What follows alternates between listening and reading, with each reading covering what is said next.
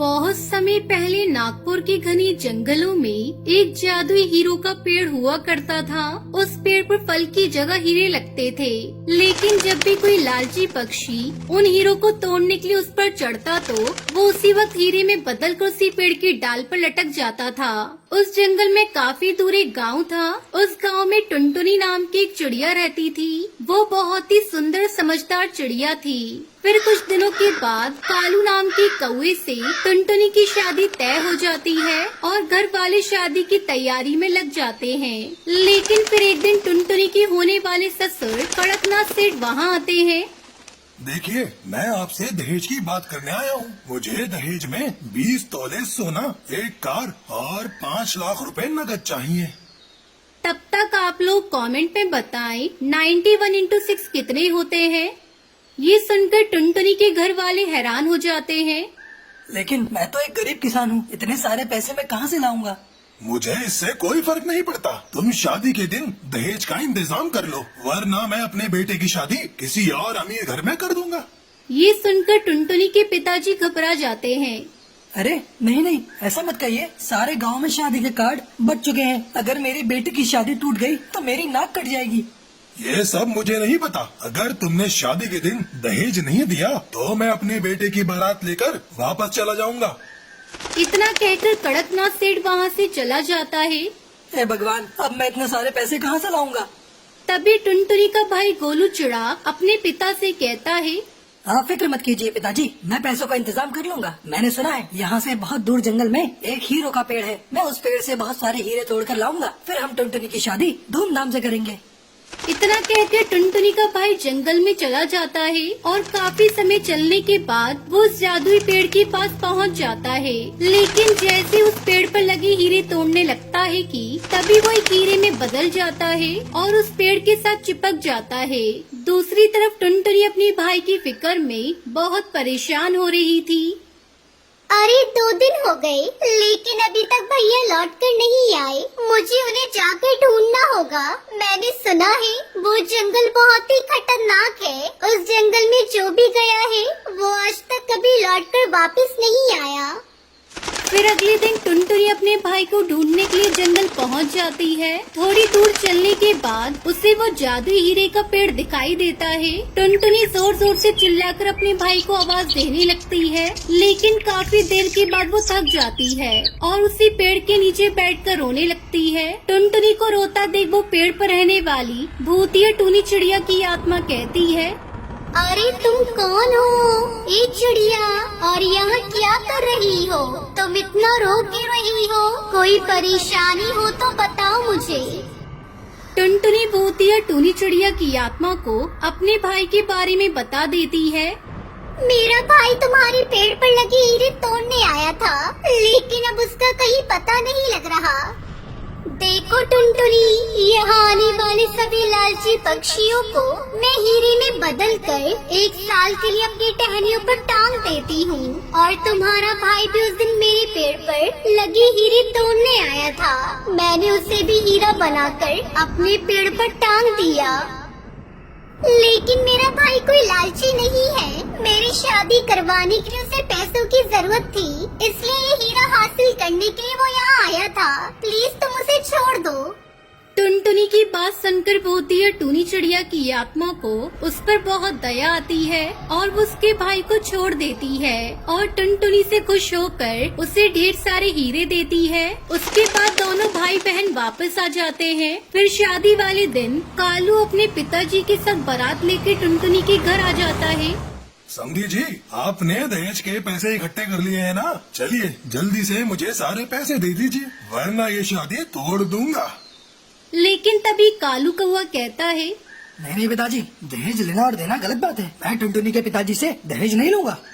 ये सुनकर टुनटुनी बहुत खुश हो जाती है। फिर उसके बाद कालू और टुनटुनी की शादी हो जाती है। टुनटुनी वो सारे हीरे अपने घर वालों को देकर अपने ससुराल चली जाती है और हंसी खुशी अपने पति के साथ रहने लगती है।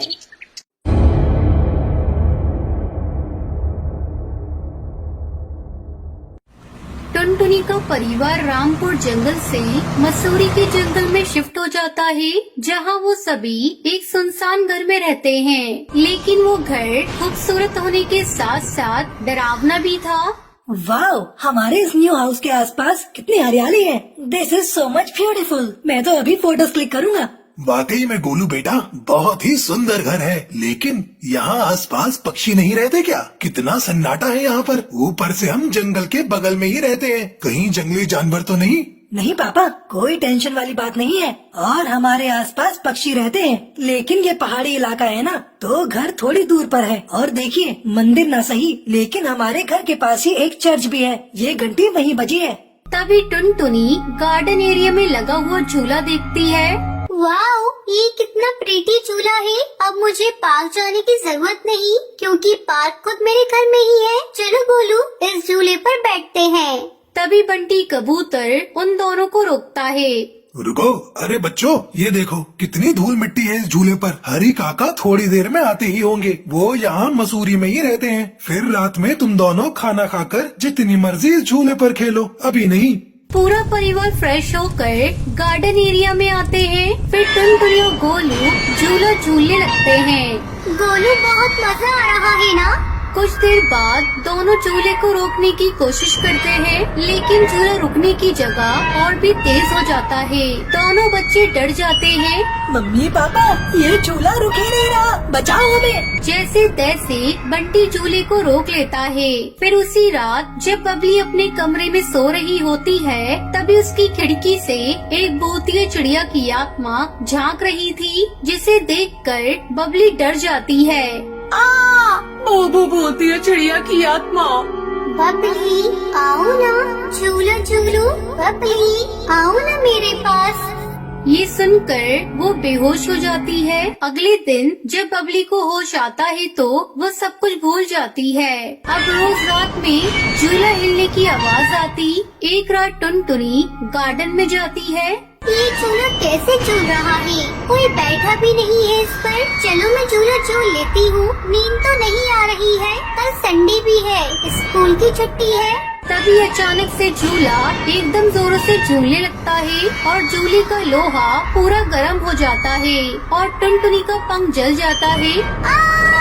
मम्मी पापा, बचाओ मुझे। सभी घर वाले दौड़कर बाहर आते हैं। तभी उनकी नजरों के सामने टुनटुनी झूले पर से गायब हो जाती है। ये देख सभी हैरान होकर पूरी तरह से घबरा जाते हैं। तभी जमीन में से भूतिया टूनी चिड़िया की आत्मा बाहर निकलती है और उन पर वार करने लगती है। अब तुम में से कोई भी बच नहीं पाएगा। तुम्हारी हिम्मत कैसे हुई मेरे इस झूले पर झूलने की? ये झूला मेरा है। तभी गोलू बड़ी चालाकी से चढ़ जाकर क्रॉस और बाइबल ले आता है और बोलता है, in the name of Jesus I command you to leave from here. हे बुरी आत्मा, तू चली जा यहाँ से। नहीं, मैं नहीं जाऊंगी। 5 साल पहले भी मुझे और मेरी बेटी को उन दरिंदों ने मारा था। अब फिर से मैं खत्म होना नहीं चाहती। ये जगह मेरी है, ये झूला मेरा झूला है। तू मंत्र पढ़ना रोक दे, वरना तेरा अंजाम बुरा होगा। लेकिन गोलू रुकता नहीं है। फिर भूतिया टूनी चिड़िया की आत्मा अपनी शक्तियाँ खो बैठती है और जलकर राख हो जाती है। तभी टुनटुनी फिर से झूले से लौट आती है और झूला जमीन में वापस चला जाता है।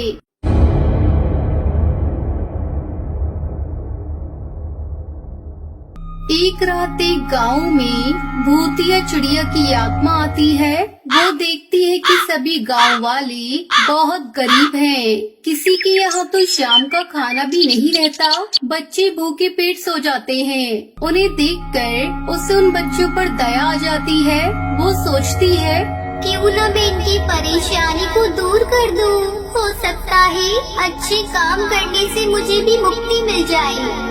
ये सोचकर भूतिया टूनी चिड़िया की आत्मा हवा में उड़ने लगती है और गांव में पैसों की बारिश शुरू कर देती है। गांव में पैसे बरसते हुए देखकर गांव के सभी पक्षी खुश हो जाते हैं। गांव वाले बहुत सारा पैसा लूटते हैं। गांव वालों की घरों की छत पर भी पैसे ही पैसे होते हैं। भूतिया टूनी चिड़िया की आत्मा पूरे गांव को अमीर बना देती है। गांव के सभी पक्षी भरपेट भोजन करने लगते हैं। आसपास के गांव वाली इस गांव को अमीर देखकर उससे जलने लगते हैं। उसके बाद गांव में चोर आकर चोरियां करने लगते हैं। गांव वाले चोरों से परेशान हो जाते हैं। गांव वालों को परेशान देखकर वो सोचती है, मेरे पैसे बरसाने की वजह से इस गांव में चोरियां होनी शुरू हो गई हैं। जब ये पक्षी गरीब थे तो कोई भी इन्हें पूछने नहीं आता था।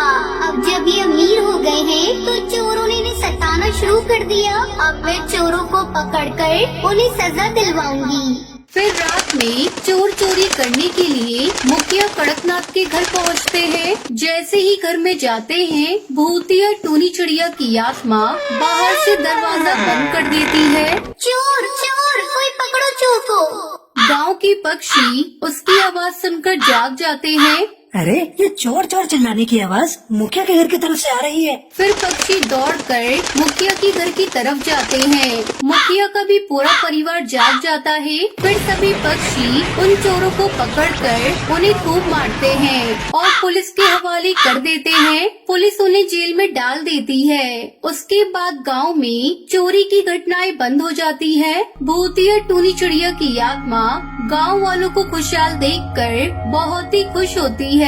लेकिन गांव वाले सोचते हैं, आखिर पैसा बरसाने के पीछे किसका हाथ है? चोरों के आने के बाद दरवाजे पर कुंडी किसने लगाई? दरवाजे पर कुंडी मेरे परिवार के किसी भी सदस्य ने नहीं लगाई। मुझे तो लगता है कि कोई अदृश्य शक्ति हमारे पूरे गांव की मदद कर रही है। हमें उस शक्ति की पूजा करनी चाहिए, चाहे वो जैसी भी हो, जिस रूप में हो। वो हम लोगों का भला सोचती है। हाँ, आखिर उस अदृश्य शक्ति के बारे में हम लोगों को कैसे पता चलेगा? तभी भूतिया टूनी चिड़िया की आत्मा वहाँ आ जाती है और कहती है, इसी गांव में रहने वाली टुन्नू चिड़ा की बेटी हूँ मैं। कुछ सालों पहले स्कूल से आते समय एक बाज ने आम के बगीचे में मुझे मार दिया था।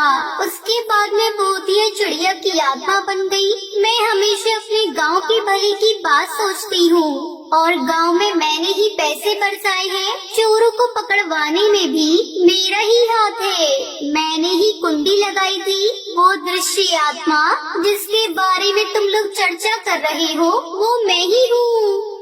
उसकी ये बातें सुनकर सब पक्षी उसका धन्यवाद करते हैं और उसकी आत्मा की मुक्ति के लिए एक पूजा करते हैं। उसके बाद भूतिया टूनी चिड़िया की आत्मा खुशी खुशी वहाँ से चली जाती है।